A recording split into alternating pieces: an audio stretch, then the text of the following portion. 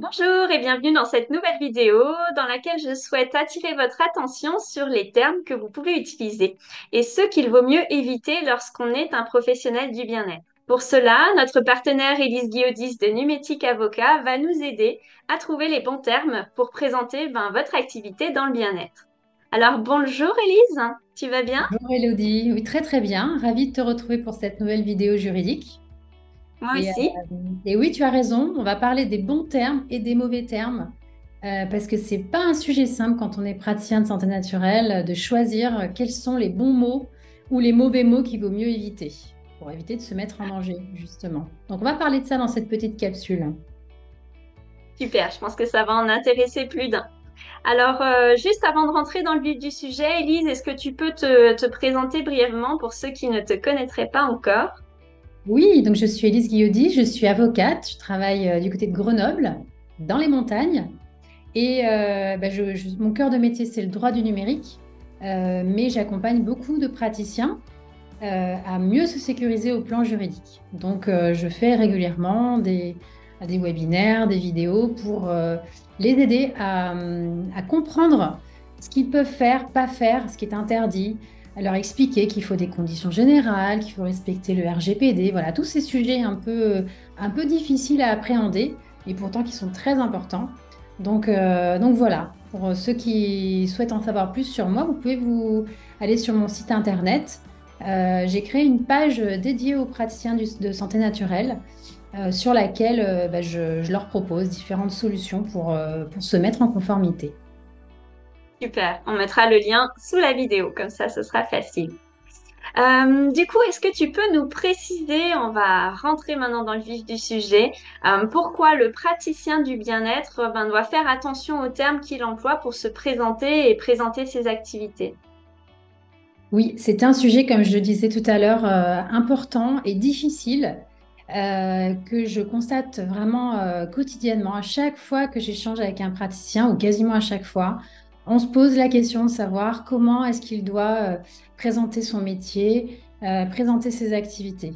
Alors, quand on est naturopathe, réflexologue ou encore énergéticien, c'est vrai que c'est pas simple de savoir ce qu'on peut dire, pas dire, parce que comme la plupart d'entre vous, vous savez, hein, vos activités ne sont pas officiellement reconnues au plan légal et scientifique.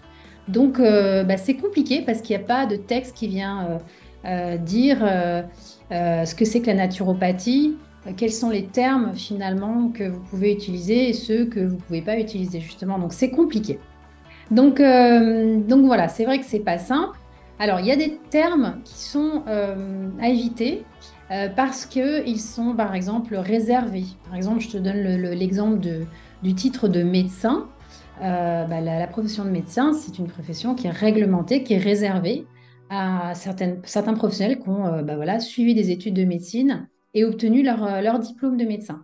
Donc, on ne peut pas parler de médecin, on ne peut pas dire qu'on est médecin en France si on n'a pas ce diplôme reconnu en France. Même si on est médecin dans un autre pays, parce j'ai des praticiens qui me contactent, qui ont des diplômes dans d'autres pays, mais qui ne sont pas forcément reconnus en France. Donc, il faut faire attention à ces termes réservés. Il y a aussi des activités dont on sait qu'elles sont interdites. Je te prends l'exemple de l'acupuncture. On ne peut pas dire qu'on est acupuncteur si on n'est pas médecin, par exemple, ou infirmier. Donc, il y a aussi des activités qu'il vaut mieux éviter de faire et sur lesquelles il vaut évidemment mieux ne pas communiquer. Après, au-delà de ces exceptions-là, sur ces termes-là qui sont réservés ou interdits, je dirais que c'est une analyse au cas par cas qui va faire que ce terme-là, précisément, il vaudrait mieux l'éviter ou pas. C'est vrai que c'est pas simple parce que justement, c'est vraiment au cas par cas. Alors, il y a plusieurs critères qu'on peut prendre en compte. Déjà, ça peut être, quand on utilise un terme, quelle est l'intention de la personne qui utilise ce terme-là? Est-ce que c'est pour se présenter ou présenter les activités qu'elle fait? Donc voilà, ça va être aussi la fréquence d'utilisation. Il y a des termes, si on les utilise 20 fois, ça va faire qu'on va basculer dans un niveau de risque, alors que si on l'utilise avec parcimonie, une à deux fois, par exemple, sur son site internet ou dans sa communication globalement, ça va passer.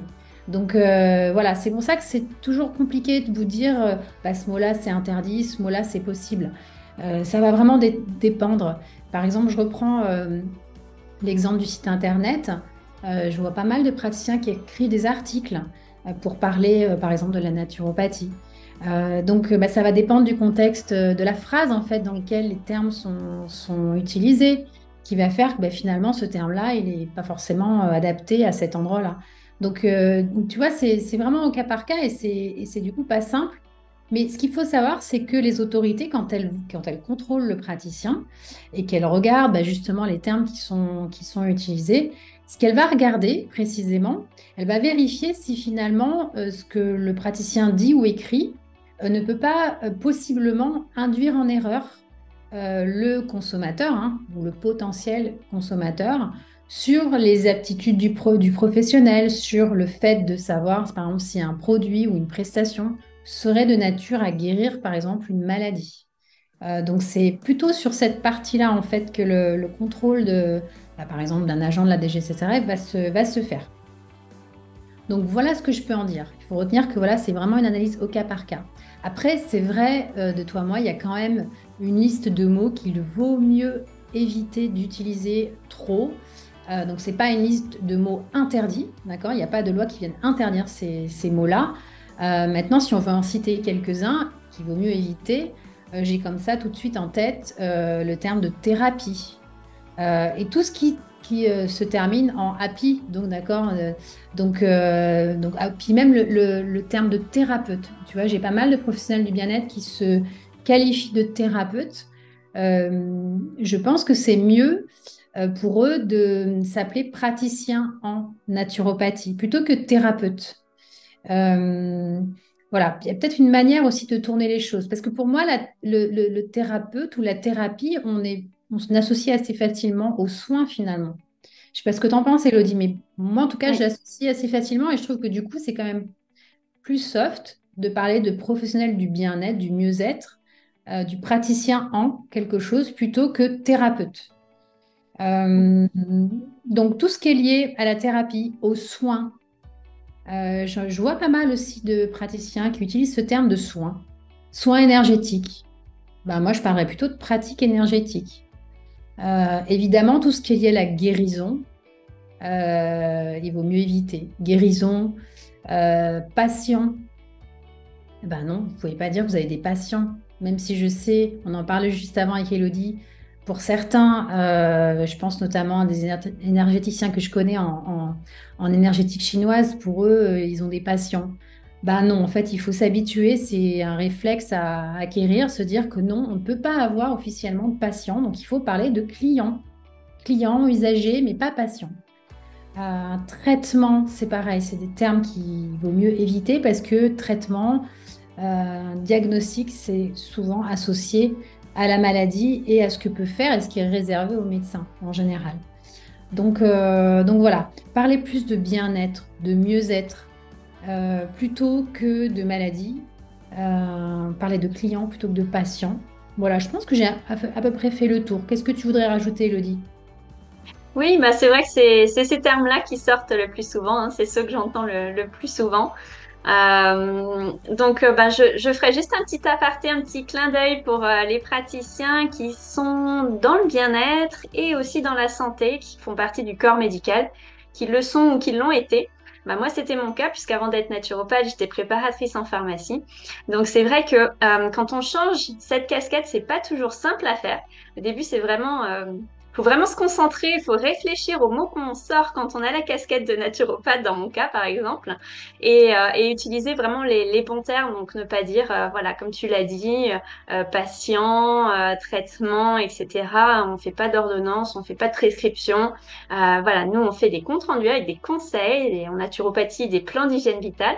Mais voilà, c'est vraiment ça, pour certains praticiens, ça peut paraître jouer sur les mots, mais disons que c'est de la prévention. Il vaut mieux tout de suite se structurer et utiliser les bons termes.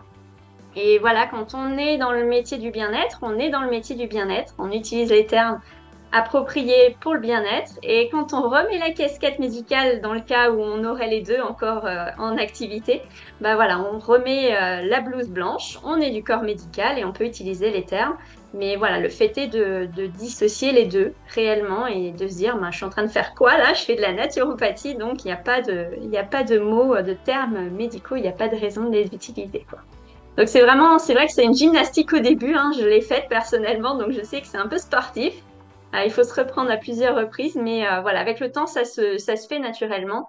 Et donc, je voulais vraiment préciser ça pour les professionnels de santé qui sont professionnels du bien-être. Je rajouterais peut-être, Elodie, que quand on a les deux casquettes, euh, il faut faire attention justement quand on communique.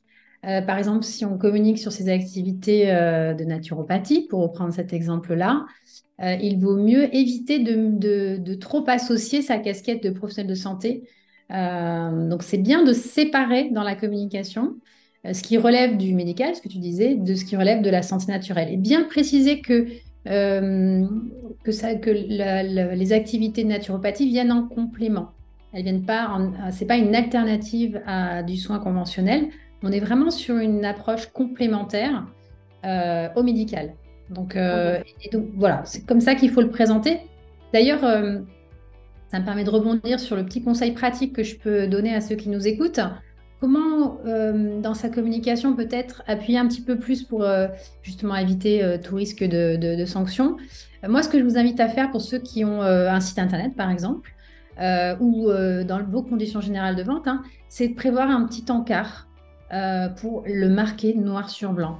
Marquez bien finalement que vos activités, vos prestations sont non conventionnelles, c'est-à-dire non reconnues au plan légal et scientifique. En fait, c'est pas un gros mot. Et comme la loi vous oblige à faire preuve de transparence et de loyauté, en faisant ça, vous ne faites qu'appliquer cette transparence et cette loyauté. Donc assumez-le, vous êtes un professionnel du bien-être, du mieux-être qui intervenait en complément du médical. Donc il n'y a aucun problème finalement que de l'écrire. On est sur des activités non conventionnelles, non reconnues. De toute façon, les gens qui viennent vous voir, ils savent que le marché de la santé naturelle, c'est pas un marché reconnu officiellement. Et quand ils viennent voir un naturopathe, c'est parce qu'ils ont envie de voir un naturopathe. Donc, c'est pas ça qui va faire que vous n'aurez plus de clients demain. Mais pour autant, moi, ce que je vous conseille, c'est par écrit, c'est toujours mieux de préciser les choses. Donc, dites bien que vos activités tendent à renforcer le bien-être et que ça ne vise pas à établir un diagnostic ou un traitement de maladie humaine. Voilà, écrivez-le. N'hésitez pas dans votre page mention légale du site internet, dans vos conditions générales. Voilà, mon petit conseil pratique. Voilà, faites preuve de transparence sur cette partie-là. Super. Ben, merci beaucoup, Elise, pour toutes ces lumières. Je pense que ce sera désormais plus clair pour les praticiens et qu'ils sauront ben, quels sont les termes à éviter pour ne pas induire en erreur leurs clients. Et donc ça, je pense que c'est très chouette. Et si jamais ben, vous avez encore des questions sur des termes qu'on n'aurait pas abordés aujourd'hui, des termes bien particuliers ou voilà, n'hésitez pas à nous les mettre en commentaire et on sera un plaisir d'y répondre. Tu as un dernier mot à dire, Élise? Quelque chose Écoute, à rajouter? non, je te laisse le mot de la fin. Je crois qu'on a dit quand même pas mal de choses. Et en effet, pour ceux qui sont restés sur leur faim, qui ont besoin de questions complémentaires, bah voilà, n'hésitez pas à nous contacter, soit Elodie, soit moi. On vous répondra avec plaisir. Bah, tout est dit. Merci beaucoup, Élise, pour toutes ces précisions que tu nous as encore apportées aujourd'hui. Et Avec puis, grand plaisir. ben, très belle journée à vous et à bientôt dans une prochaine vidéo. À bientôt.